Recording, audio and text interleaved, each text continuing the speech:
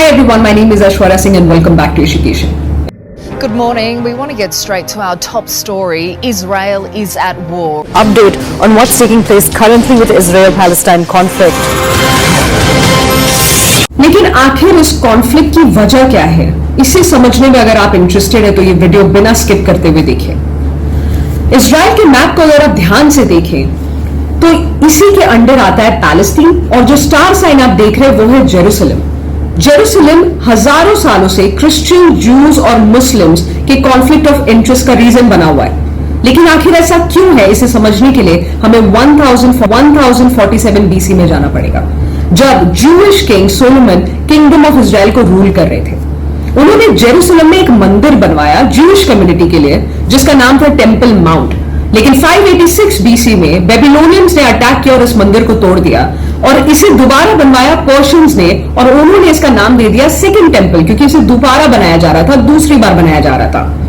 Romans के आने के बाद इस मंदिर को इतनी बुरी तरह से डिस्ट्रॉय कर दिया गया था कि आज सिर्फ कुछ रिमेन्स बचे, जिनमें से एक है द वॉल, जो आज भी लाखों जूइश कम्युनिटी के लिए एक होली प्लेस, एक होली वॉल है जहां जाके वो वर्शिप करते हैं।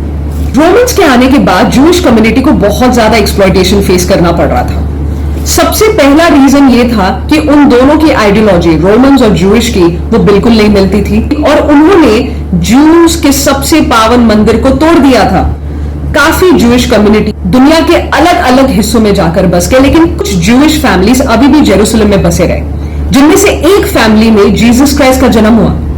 जीसस क्राइस्ट जैसे जैसे बड़े होते गए, उनकी आइडियोलॉजी जूइश आइडियोलॉजी से बहुत अलग होते गई, जो जू कम्युनिटी को बिल्कुल भी बर्दाश्त नहीं हुआ। उनको इतना ज्यादा प्रॉब्लम था इस आइडियोलॉजिकल डिफरेंस से कि उन्होंने जीसस क्राइस्ट को पब्लिकली क्रूसिफाई कर दिया। वो था क्रॉस पे कील ठोककर उनकी जान ले ली गई। जीसस क्राइस्ट की मौत के बाद जूस के लिए हेट्रेड सिर्फ और सिर्फ बढ़ते चला गया और आज तक उन्हें इस रीजन की वजह से बहुत ज्यादा नफरत की नजरों से देखा जाता है।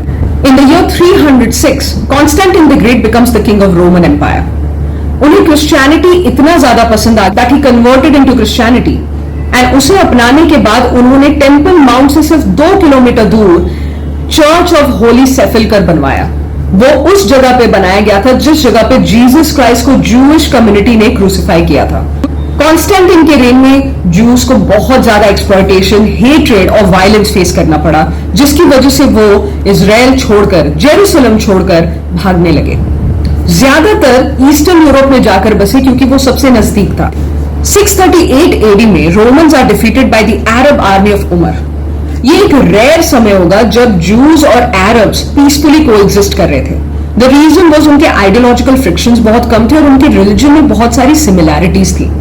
इसी समय अरब्स ने जहां पे टेंपल माउंट बनाया गया था, उसी जगह पर 2 इंपॉर्टेंट मॉन्यूमेंट्स को खड़ा किया। एक था डोम ऑफ द रॉक एंड दूसरा है अल अक्सा मॉस्क।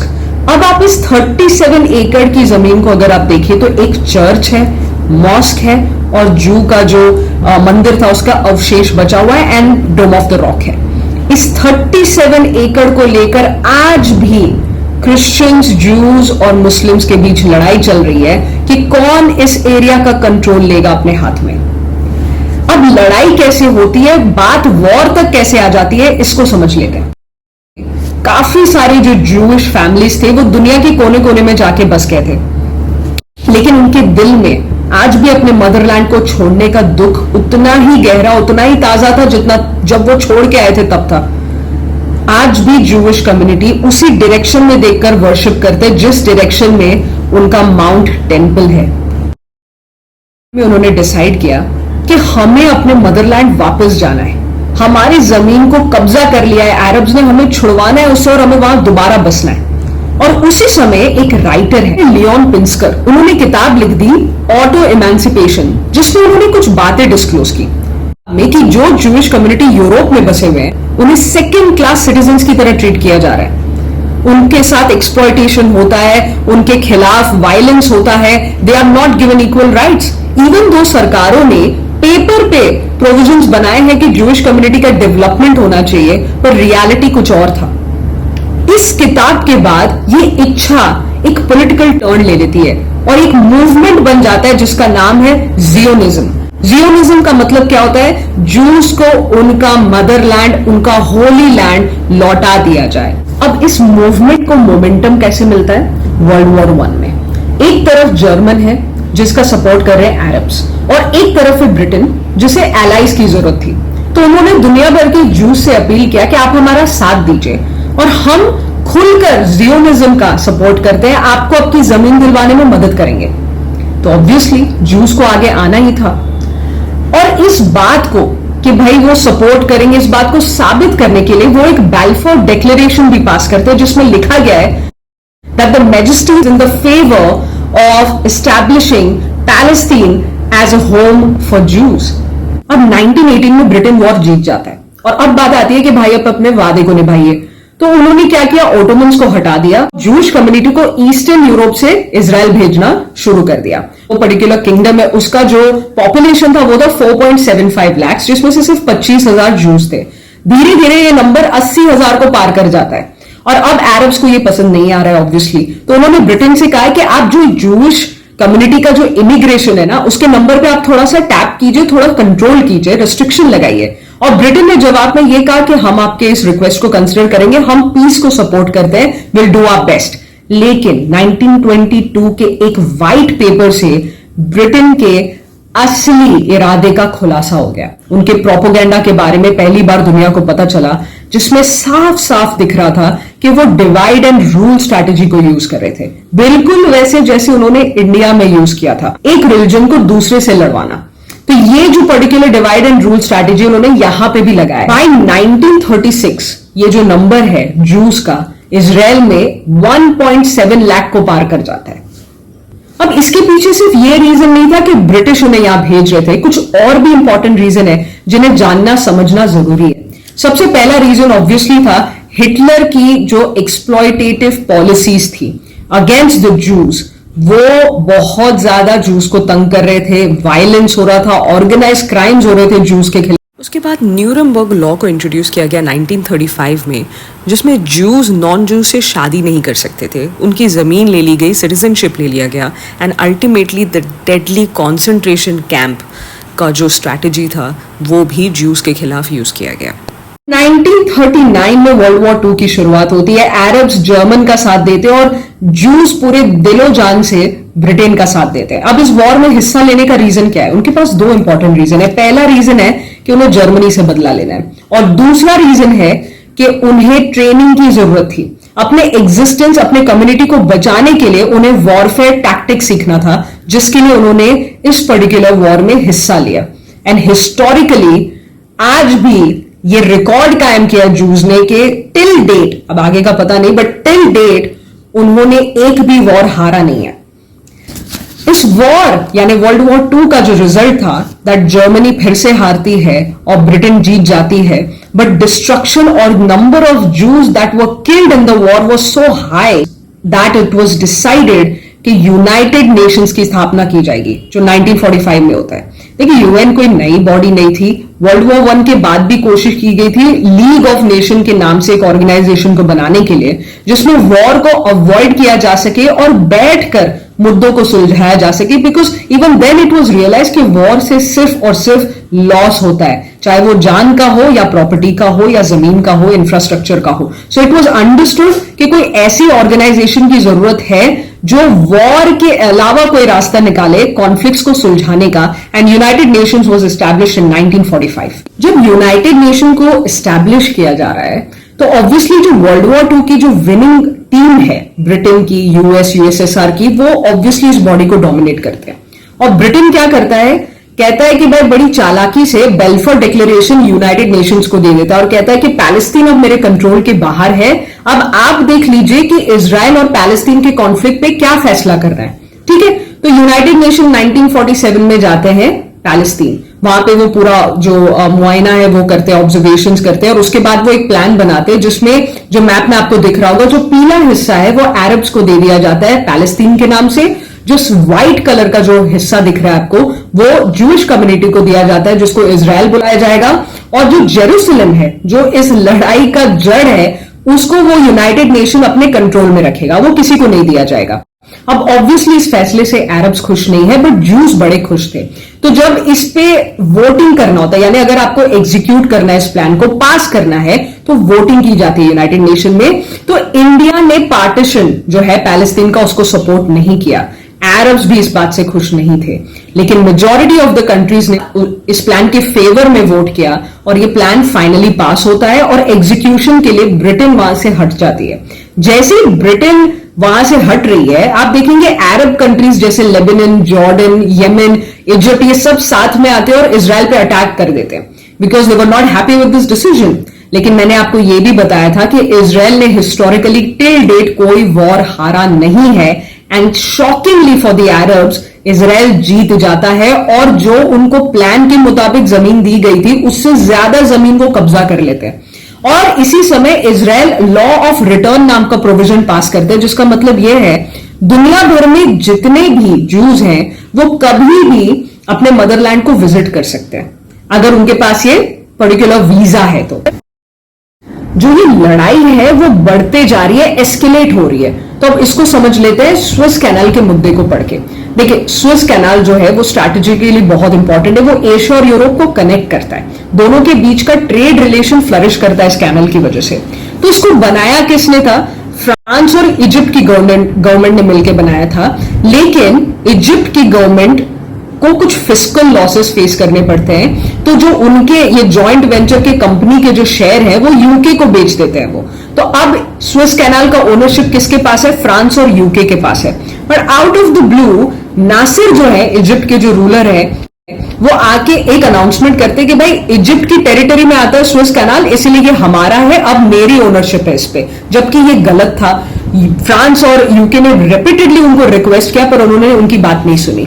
एंड जो दूसरा इंपॉर्टेंट या rather I would say destructive announcement उन्होंने किया वो ये था कि मैं जूस को स्विस कैनाल का यूज करने नहीं दूंगा। अब इससे क्या हुआ? इजराइल, यूके और फ्रांस एक गुट बन गए और उन्होंने इजिप्ट पे वॉर डिक्लेयर कर दिया, जिसका रिजल्ट ये हुआ कि इजिप्ट को भी कब्जा कर लिया उन्होंने और स्विस कैनाल को भी कब्जा कर लिया।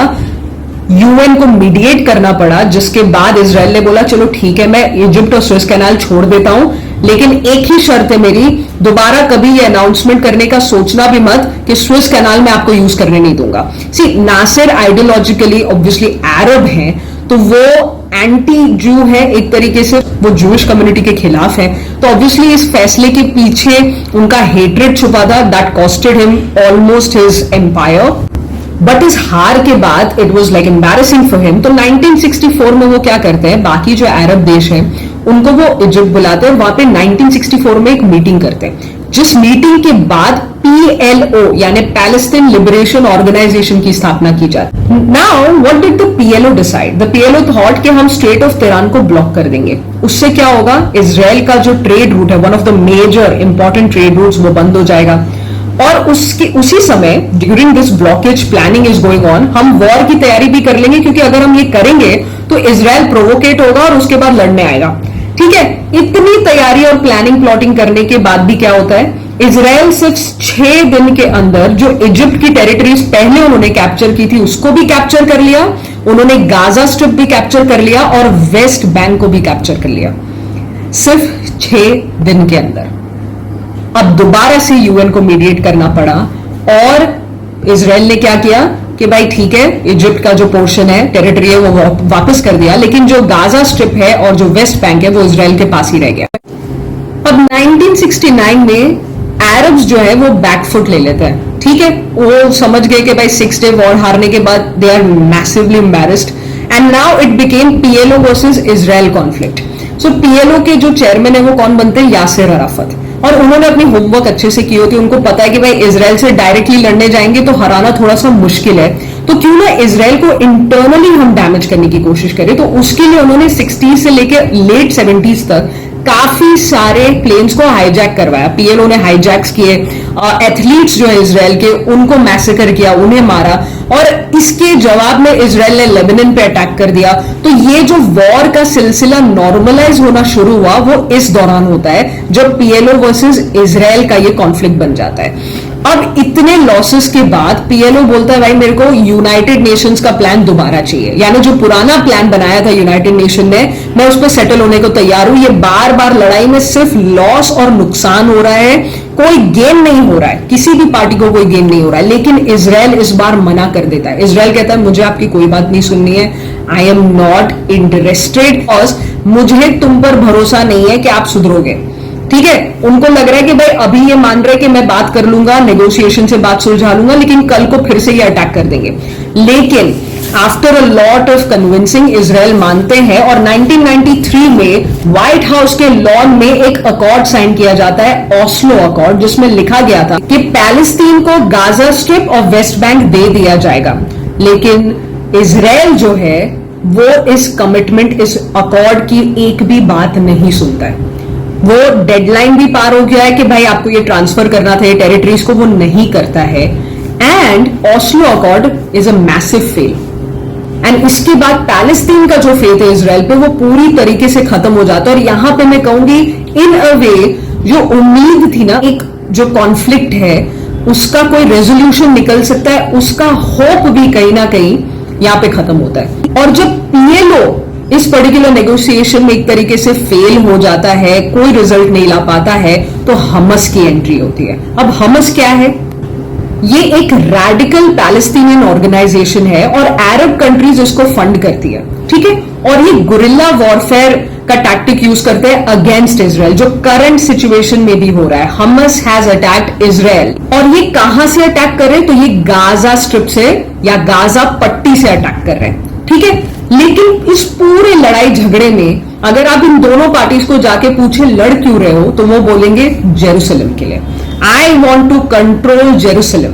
सो बात वहीं की वही आ जाती है कि इतनी बार नेगोशिएशन करने के बाद, इतनी बार लड़ाई करने के बाद, वॉर करने के बाद भी सवाल वही का वही रह जाता है कि क्या जेरूसलम पैलेस्टीनियन कंट्रोल करेंगे, जूश कंट्रोल करेंगे, या यूनाइटेड नेशंस उसका कोई सोल्यूशन निकाल पाएगा।